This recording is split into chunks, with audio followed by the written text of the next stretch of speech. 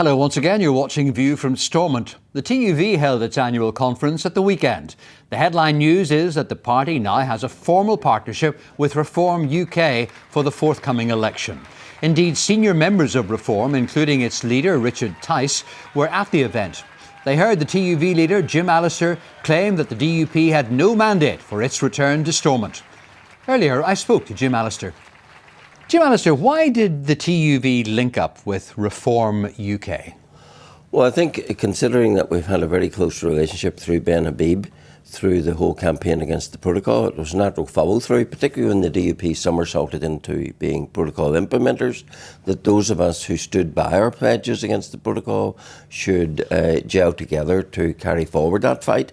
And since the DUP had no mandate to return to Stormont, having fought not one but two elections on the basis of resisting the protocol and then decided to become protocol implementers, the next challenge, of course, is the Westminster election, when that issue will be thrashed out amongst the community. So it is right that there should be a test of that in that regard. You say they would challenge that, but it's inescapable. Once you become an executive minister, by law, subject on the foot of the Rooney against Putz case, the judge said, executive minister must implement the protocol. And once you take the pledge of office, then you're pledging to do that. So they are now protocol implementers. That means they are implementing the protocol, which means a border in the Irish Sea, partitioning the United Kingdom. It means subjecting ourselves to foreign EU law that we don't make and can't change. They would argue, all the very things they argued against. But they would argue too that the Irish Sea border is gone and that we're able to stand up to EU law being implemented in Northern Ireland earlier today in Stormont. Well, let's deal with that. Irish Sea border is gone, so why are we spending 192 building border posts for a border that doesn't exist? Why have we got 151 staff, soon to be 180, manning the post as DEFRA staff if the border doesn't exist? Of course the border exists. As for today in the Assembly, that was a token resistance, but the fundamental is that hundreds upon hundreds of EU laws were signed up to in the protocol under Annex 2, including the fact that putting us under the EU's customs code, which decrees GB to be a foreign country.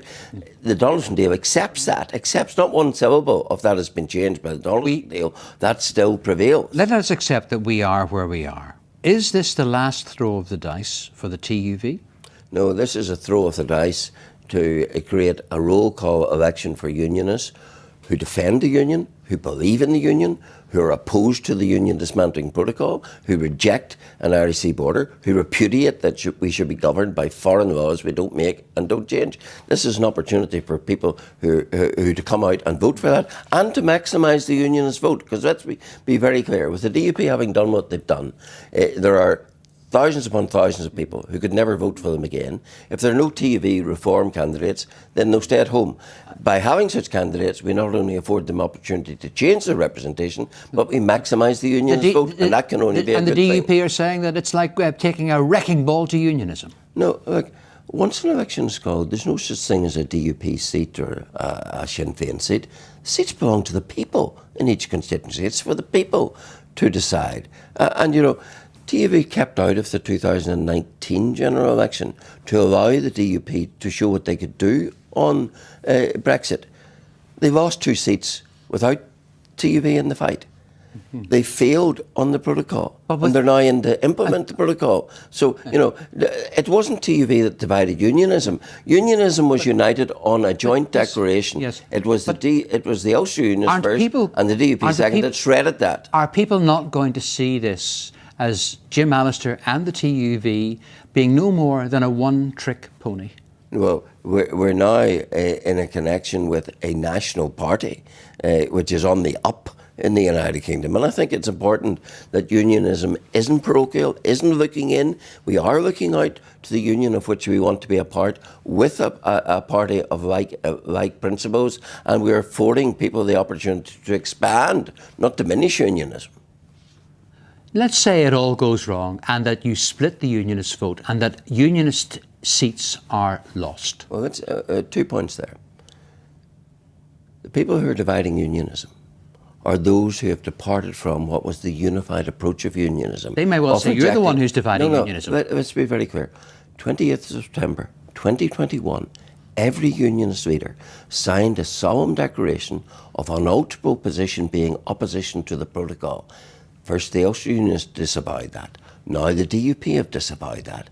They are the people who are dividing unionism by shredding the solemn declaration that they made to the people of Northern Ireland. It's DUP, it's TUV which continues to stand on that ground. So we are not the dividers of unionism. We're the people standing where we've always stood, and those who want to implement the protocol, dismantle the union as a consequence. The reality are is those who are dividing unionism. But the reality is that Stormont is back. And guess what? It's working. Well, you might say it's working. We're seeing legislation. We're seeing changes. Well, I haven't seen any legislation. I've seen multiple photo opportunities. I've seen DUP NUA doing all sorts of appearances to show their penance for having kept Sinn Féin out of First Minister for 2 years. I've seen all of that. I haven't seen much product. Can I ask you a quick question?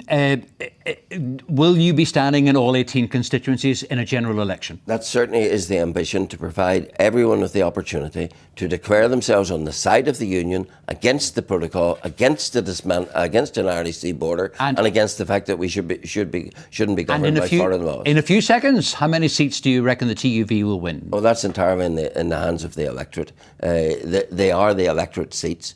And it's not for me to say this is a DUP seat or a TUV seat. There's no such thing once the election is called. They are the people's seats, and let the people decide. Jim Allister, thank you very much indeed.